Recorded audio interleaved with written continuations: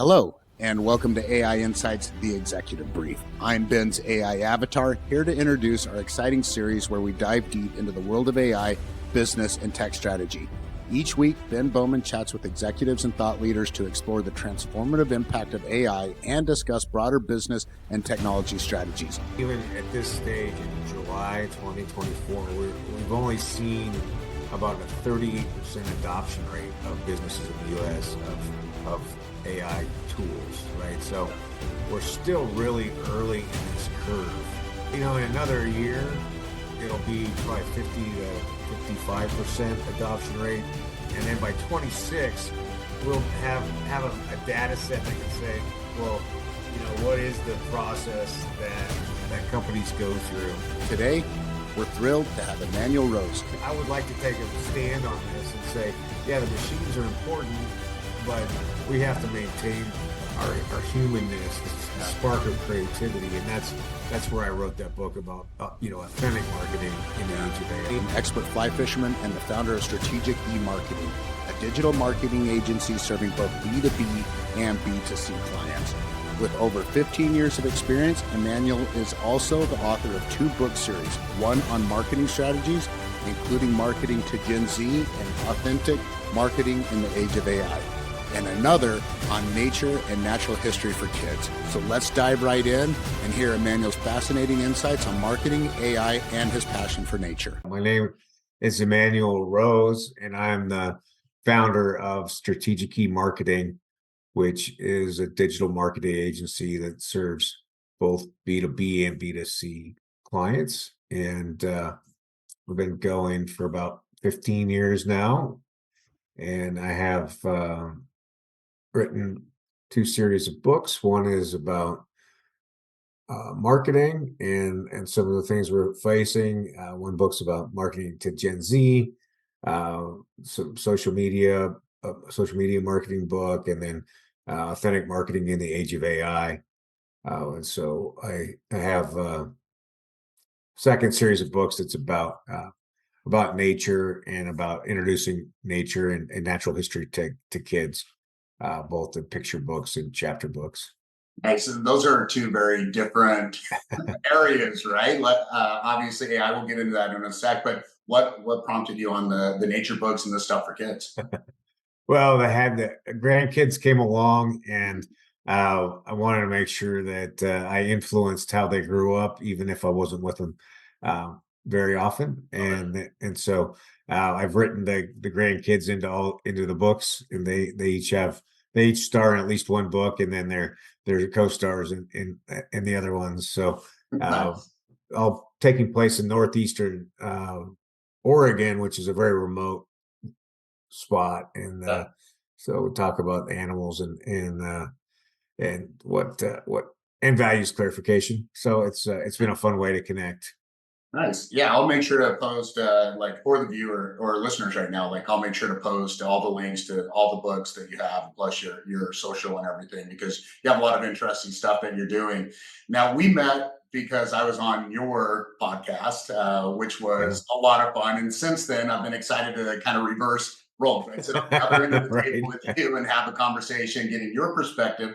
You have years of experience, and it seems like right now, one of the things you're doing, and I see this kind of trending, is this fractional CMO. I don't know if that's the correct term for what you would call it, but it seems like your company definitely does marketing consulting and this fractional CMO. Do you see these fractional positions growing? I mean, aside from CMO, CTO, you're starting to see them pop up all the time. Do you see this starting to grow? Yeah, it's interesting, this access that we have now to very accomplished people, and being able to bring them into our projects or organization on this fractional basis, right? I mean, I've pretty much the last 15 years, that's what I've done, is to either act as a CMO or to support the marketing department with more resources than they could hire, Right. if you were having to hire full-time equivalents. So, and of course, I've leveraged that model. I'm sure you have also, where you bring in a fractional accountant or graphic designers, or some some version of that. It's kind of the new economy where it's really taken the cost basis to run a business uh, down, and our ability to leverage those resources has been increased. So I don't think it's going to go anywhere. Yeah. No, and especially when you talk about starting up a business, I think in the past, starting up a business, especially in technology, well, in a lot of industries, was very expensive. Yeah. And now I know with my business, I was able to start. I believe I was under $2,000. Right. I'm under $700 a month of total expenses running my business. So you're right. Right, when you're running, and whether you call it freelancing, which I think was the old term, or fractional, and all this. Yeah. I think fractional really makes sense at the higher, at that executive layer. It's Right. interesting now. Marketing has seen, well, marketing always does. It's at the forefront of any innovation, and that's not just technology. Marketing is always what's going to coin the phrase, take the trend, and move a trend across all industries, right? But Yeah. you have this AI, and I see. I mean, your podcast is marketing in the age of AI. That's one of them. I think you might have two, right? Yeah, I have. That's the marketing one, and then Yeah. the other podcast I have is called Nature Bound, and that's more Okay. about the outside books. Yeah. Okay. Yeah. Yeah. So you have two podcasts, but you shift your marketing attention to AI.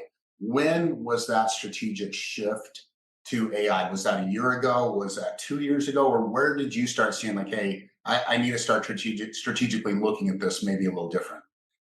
Yeah, it was probably about now is probably about 4 or 5 years ago. There's an organization that is called the AI and Marketing Organization. I don't know off the top of my head, but they started to have these conferences out in Chicago looking forward into AI, and we were seeing, Fortune 50 companies were able to leverage, or Fortune 500 companies were able to leverage a lot of consumer data, mostly from credit card companies. And then IBM has obviously done a lot. And so those were the first like real data streams that we were seeing, where Watson was Right. looking at, the weather patterns and the humidity and the where the Super Bowl was, and all these dynamic things. And then being able to connect that up with the credit card information, of which most people don't understand Yeah. how much of their information is traded in that respect and Right. warehoused, right? Yeah. We know now that there's between 3 and 15,000 data points on each person, each Yeah. record. So that massive amount of data has been compiled from our social media, from the way we spend our money, where we bank, Hmm. and then put into these big stews. Um, so that was I just was watching this develop, and then uh, as there started to be some tools, even pre-chat, right, that were AI based, Hmm. mostly kind of,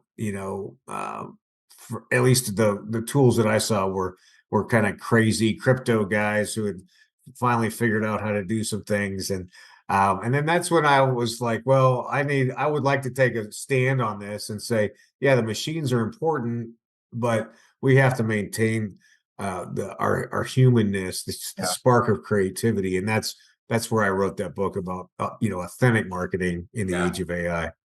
Yeah, and I think you mentioned this when we were talking last, and we talked about now anyone's become a marketer, and marketing. And I think one of the realizations when I started my business was that if I get in front of customers, I can have relevant and logical conversations because I've been in technology for so long. But generating interest and creating websites and creating a brand wasn't something that I felt like I was actually surprised. I was not as good at it as I thought I would be. I guess that's the way to put it. And I always feel like, oh, I can do anything, right? Yeah, And right. I've just taken a marketing class in college. I'm getting a psychology degree right now, and so I shifted. I was like, oh, I need to take a marketing. So I took a marketing one this semester. I'm taking a marketing two class because I'm trying Nice. to understand it. But when you talk about the human touch of it, yes, I can put in GPT, and I can even get human like responses now out of my GPT where I think better than most, where it can write. But Yep. that doesn't mean you're making the connection you need to make. And that human connection is huge. Are you seeing a pendulum like where companies are swinging too far one way, like out of the human touch, and then maybe are going to have to dial it back into saying, "Hey, we do need it"? Or when writing the book, what did you find? Well, number one, even at this stage in July 2024, we've only seen about a 38% adoption rate of businesses in the US of AI tools, right? So Yeah. we're still really early in this curve. Um, and um, so in another year, it'll be probably 50 to 55% adoption rate. And then by 26, we'll have a data set that can say, well, what is the process that companies go through? Um, so what I've tried to do is talk to smart people like you guys that are tech people and say, well, how should we be adopting this, right?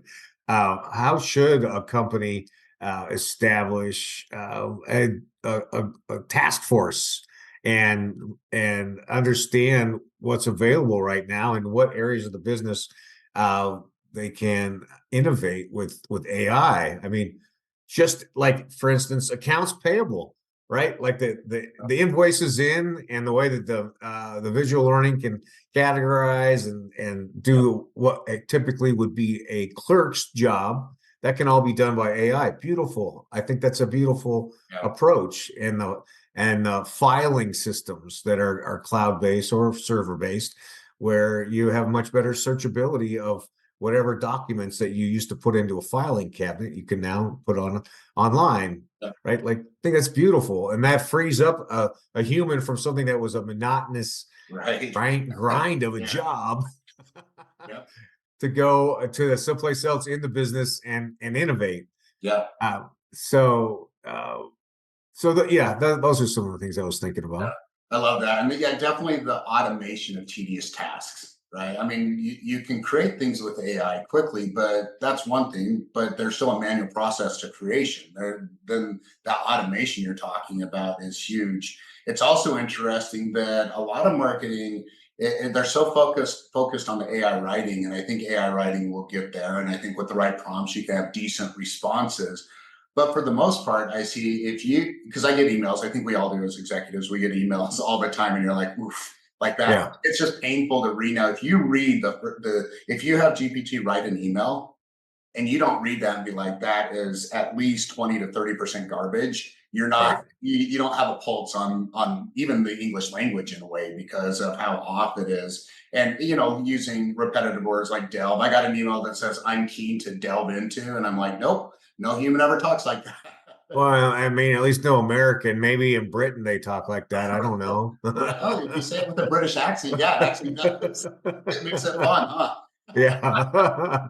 And bespoke is another one, right? Bespoke, everything's a Like, journey, an evolution, yeah, right? In yeah, the age of, yeah, or in the, not in the age, in the what is it, the business landscape. And I actually, it's funny because here's the other funny thing with AI writing is there's a lot of words like insurer is a great word, and it's yeah. ruined. Like there's so many words that are being ruined for me by AI writing because it's just over approach. I used to use approach all the time. My approach is this, and now I'm like, I can't even use the word approach, Well, right? and customer journey, I mean, that is a valid marketing statement, Right. but to your point, it's been ruined and overused. Yeah. And in the ever evolving digital That, landscape is that's what it amazing. was. Like, The ever evolving. Yeah. and it's like that Landscape. is such a beautiful phrase, and it is very salient, but it is just plastered everywhere. So it's like it's on my banned phrase now, Yeah. and so Yeah. that's what I've started is I just have a banned list, and I have that with my staff so that Yeah. we're not using it, and B, if it does pop up in something that we're doing in generative, that it gets eliminated immediately. Yeah, don't ever use this. I definitely have it, and it's a growing list. It Where is, and it's hard. you're Yeah, like, oh, that's funny, interesting. So when you're talking to businesses, and you're talking, you consult from a marketing standpoint, fractional CMO, part-time CEO, CMO, and all these things. What directionally? and I'm sure that this is a weird question because I know it's depends on the customer. Every customer is unique. It's not an approach, but how are you having them approach? And it might be different in technology where you're saying, hey, you might want to approach the AI conversation different. It might be different across industries. Are you having some people? Are you saying, hey, just steer clear of it right now? Like there's not a relevancy to it, or what's your approach right now? Approach. See, there it is. Yeah. Well, that's a valid word. That's what's so funny. It's like, it is, you know. Well, the philosophy I have right now is that everybody should be testing and trying and interacting with uh, with a safe, secure GPT. And so I use a service called Avia.ai, which is a secure and encrypted portal. And I can use chat, I can use Claude, I can use Bard, whatever I want from that. But I'm not educating the tools. I'm just getting the things I need out of it. So that's the first thing. Yeah, And you know, the free version of ChatGPT, you're just seeding more content into it. So yeah, and so you have to be aware that if you have IP or things that are you know pieces of information you don't want published in the world, then you have to eliminate that action. But um, I want people to be testing and using it because it is an amazing resource. And to your point, also, it's not it's going to be C- work hmm, right out of it. yeah, You know, definitely. you gotta delve into prompt writing or prompt engineering and Right. understand how to ask questions and how to give it feedback and continue to evolve. So that's the first thing. The second thing is that the clients that I'm working with, they want the box of marketing, right? They're not saying, well, you know, which of the tools are you using our AI? They're like, I want to have, you know, I want to make sure that I have social posts. I want to make sure that I have leads coming in, and you know, and how we do it is sausage making. So, Yeah, yeah, that uh, makes yeah, sense. Yeah, a little bit here, a little bit there. It's interesting, and I love talking to marketing executives about this AI and this transition to AI because marketing is, from a technologist, marketing is always at the forefront and almost a nuisance to technologists, to engineering, right? Because it's yeah, like, that's just a buzzword. It's not a real thing. Like, why is marketing calling it this, right? The cloud at first was marketing. I yeah, think other terms like SASE, secure access service edge, was just marketing. And it was, and as a technologist, sometimes you get frustrating because you're like, all this is creating just noise. yeah. But guess what? Marketing always ends up winning. And so marketing drives fear sometimes in technology because of, again, the buzzword. Now, this is the first time where I've seen a technology actually drive a little bit of fear into marketing, like in Right. a reverse, where a lot of marketing people are like, oh no. And I think they're preemptively panicking, like we said, because of the human touch. But have you seen that too? Yeah. I mean, I think there's this funny reaction, and some of it's fomented Yeah, by the people who are afraid of everything, right? And so they're like, "Oh no, if it's every copywriter is going to be out of a job now, right? right. Every graphic designer, every social media planner is going to be out of a job." Well, I'll tell you, the bad ones are for sure, right? Yeah, Like, good point. Yeah, there's not a doubt that there's people who have lost their job, but there are people who shouldn't have been in marketing or need to get more training yeah, to have some value, right? Like that's the cold hard fact of the marketplace. Um, yeah, People who are talented, who understand that humans have five fingers, not six, that yeah, you know what the relative jawline on a human face is, and they're going to be able to use these dolly and tools like that and generate beautiful images, yeah, but they're going to have to take the time to engineer it, to develop it, to yeah, create it. It's not just yeah. instant, right? I love that. I love this conversation, and I think of it, and it reminds me a lot of the calculator conversation when I was in school. Because in school, a calculator was going to make you lazy. It was going to make you Right, stupid. You can't ever right. use a calculator. Now you go to college, taking statistics classes. It's mandatory. You're using an Excel spreadsheet, which is a very advanced calculator. But the Sure. point you made about people who understand language or understand the humanity of things is huge because I can use a calculator, but a mathematician, like someone who really knows all those weird buttons that I have no clue what they do, like Right. they can manipulate the crap out of a calculator, right? It's Yeah. amazing. And you're 100% right. The people who understand language, the people who understand visual aspects of humanity, the empathy aspect of humanity, and can talk to AI in a way and be descriptive, right? Paint a picture with words. Those are the people that I think are going to get the most out of AI, and that they're going to do some amazing things. It's going to be interesting. You can probably see the same thing with marketing. Sure, I can create some marketing content. Yeah. I created my own website, but Right. guess what? I'm having it redone because I needed someone who really has an eye for it, right? That makes sense. Yeah, exactly. Yeah. Yeah.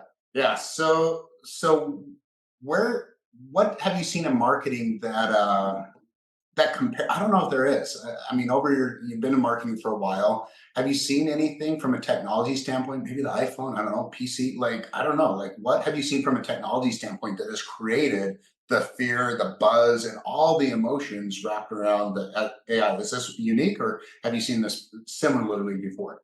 I mean, I would call this the AI bubble, just like we had the social media bubble Yeah. 15 years ago, right? Like everybody had to have and figure this social media thing out. I mean, to a certain extent, like QR codes were a little bubble of its own, Mhm. also. Yeah. So we get in this kind of retail space of marketing, and it starts to show up in Forbes magazine or the Wall Street Journal, and then everybody has to participate in it, right? Yeah. So, but I mean, I think this is because of the amount of communication that we can have on social media. I think the bubbles uh, gain traction much quicker and with way more intensity. Mm. Yeah, that definitely it has escalated quickly, and especially since November. I mean, ChatGPT's been around for a couple of years, but since November, and I think you and I talked about how suddenly everyone's an AI company, especially in technology. Yeah, But I'm trying to think of a comparison. Maybe you can help me, like going beyond this, because I can think a lot of technology is driven from business that goes into consumer base. And I'll give you like the BlackBerry, right, and cell yeah, phones. I had a right, cell phone, but I didn't really use it much. And then once I got the BlackBerry for work and I started using it for work, it almost shifted to where now I needed it for my home life. And so it's almost right, this backward transition where AI was almost like once it hit the consumer of GPT and the consumer being able to use it and just an everyday single person, all of a sudden it shifted into business. Do you see one way or another with productization from consumer to business or business to consumer? I think that's an interesting question. I think because it is accessible to all of us, and we can all use it. I think that it has helped uh, to have it more focused. Um, but the I think it's interesting just that every piece of software now has got AI in it, right? Like it was just in the last 6 months, and it's kind of hard sometimes to separate the smoke from the fire on that, because it's just some of it's just software, right? Yeah, It's not dynamic. It's not pulling real time data from anything. It's not generating anything. It's just pulling information from one database to another, which yeah, is not really the definition of AI. So, yeah. um, yeah. So I do think that it is our accessibility to it that's part of what's driving it, though. I do agree with you on that. Yeah, and it's a great point because AI and the framework of AI, right? Machine learning, big data, neural networks. These have been around for or I mean, for decades, right? I mean, even Yeah, the concept of AI was in the 1940s, 1950s with Alan Turing. So a lot exactly. of people Yeah. don't realize like this isn't a new technology, but it is a newly developed where it's usable and friendly. Now, one of the things I like about the AI conversation right now is it's so early that I think this is how we learn is just by having thought leadership conversations like you and I are having now. But it also goes into psychology, it goes into philosophy, and you can look at use cases again from healthcare to clean energy to all these different things. But from a philosophical standpoint, I have this question about AI readiness or AI adoption readiness for humans. And I use this comparison. I want to get your take on it. So let's say an automobile, self-driving cars. And whenever there's an accident that causes a death with a Tesla or the self-driving car, it's in the news. Like everyone is just freaking Sure. out. It just caused a death. But what if statistically self-driving cars, and there's no statistics to back this yet, so I'm playing what if, Yeah. eliminated 50% of traffic fatalities and 80% of drunk driving and I did all this Yeah. good. Do you think human nature is going to say, like, to logically look at the statistics and say this is safer, or say this takes control and we're all about control as humanity? This takes control from me, and I would rather die making my own mistake than having the even the possibility of dying from a machine or an accident being caused from a machine. Does that make sense? Does that morality question make sense? Yeah, I think it has a couple dimensions to it, but yeah, I mean, I think that's what we're all struggling with, right? Like we just got a new car. I've got it's got all these sensors around it, and it wants to keep me from changing lanes, right? It can see the lanes and it knows when I'm swerving into the other lane, but it doesn't know my intent, which is to change lanes. It So it's stopping me from doing what I'm trying to just gives you that. do at Yeah. at that point, right? So it is inherent in a tool or a technology that while it may have been created for a beneficial use, there's always two sides of the coin. Yeah. And you and I are experienced enough to know now that if it's not our own government that's going to be using it for nefarious purposes, it's going to be somebody who's hacking it to use it for nefarious purposes. So I'm always going to have one car that's very, very low tech because I Yeah. mean, there's crazy legislation right now talking about, putting speed limiters on all the cars so they Right. can't go more than 10 miles an hour over the speed limit. And, so there's these restrictions that are being created, always in the name of safety and Yeah. saving the children.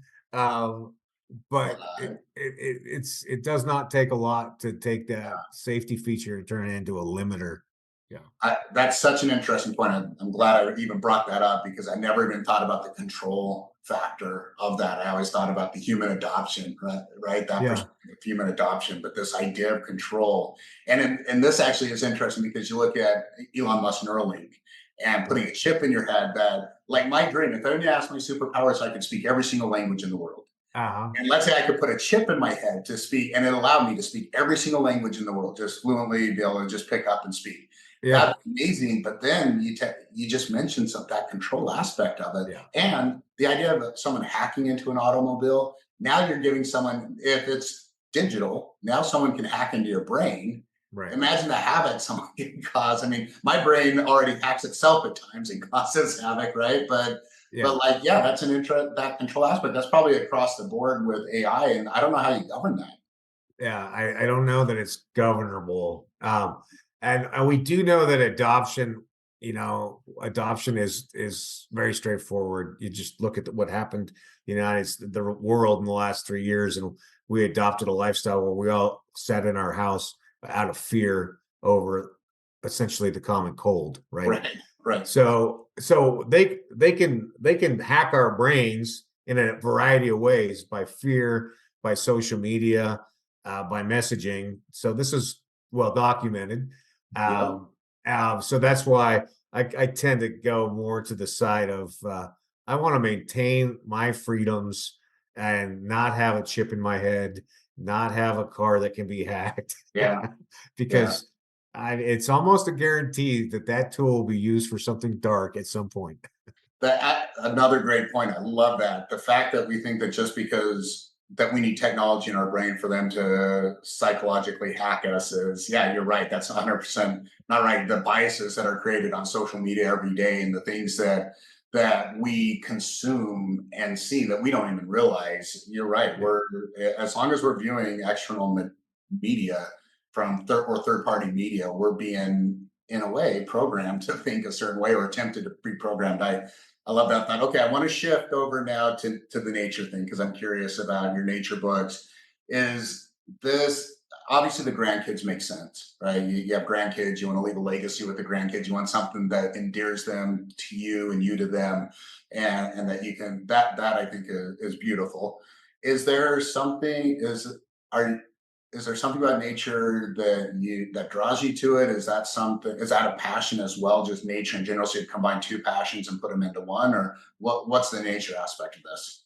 Yeah, again, it's multidimensional. I mean, I grew up in a family where, like, my first camping trip, I was tied to a tree so I wouldn't go wander into the creek and drown, right? So I grew up in an outdoor family, which was very lucky for me. And so, I've backpacked and fly fished and hunted all over the world. Yeah, Um, but what really triggered me is having to talk about it and be willing to talk about it was when I did the research for the Marketing to Generation Z book, and I really came into contact with the toxicity of the computers, the screens, and social media, and the way the human brain is being trained. And uh, almost all of that stuff is negative about how we're living in the electronic field now. There's very little. I mean, I don't think it's an equal distribution of good and bad. We're on a bad track here, and those kids have only known life with the smartphone and social media and the psychological repercussions of those things. So once I finished the research for that book, I'm like, I've got to do something over here for point counterpoint. yeah, And as an elder, as an old guy, I've got to say, hey, here's some leadership, and these things will make you more human, and it will add richness to your life. And it is as old as human beings to want to sit by a creek and hear the wind blow through the trees and watch the fish eat ants, right? Like that's a forever fascination. And then it becomes a health and safety issue and a spiritual development issue yeah, that we detoxify and that we spend some time figuring out, am I doing what I want to do? Is this why I'm even alive? And yeah. and these answers I have to answer for myself, and I can get some inspiration and the space to do that exploration when I'm outside by myself. That, yeah, that's amazing. When you talked about the very descriptive talk about listen to a creek, and just that just gave me chills. I'm not making that up. I mean, you Yeah. think, I grew up on a farm, right? Like in nature and in the country, hiking, Boy Scouts, things like that. Yep. I wonder how many kids, just, it's such an interesting point, how many kids, and it's probably the majority, haven't experienced what you're talking about. Oh yeah. No, And most then I people think don't. about videos of, like, when you see a baby, you've seen the videos where they put glasses on a baby and they see for the first time, or they put Right. ocular implants in there and they hear for the first time.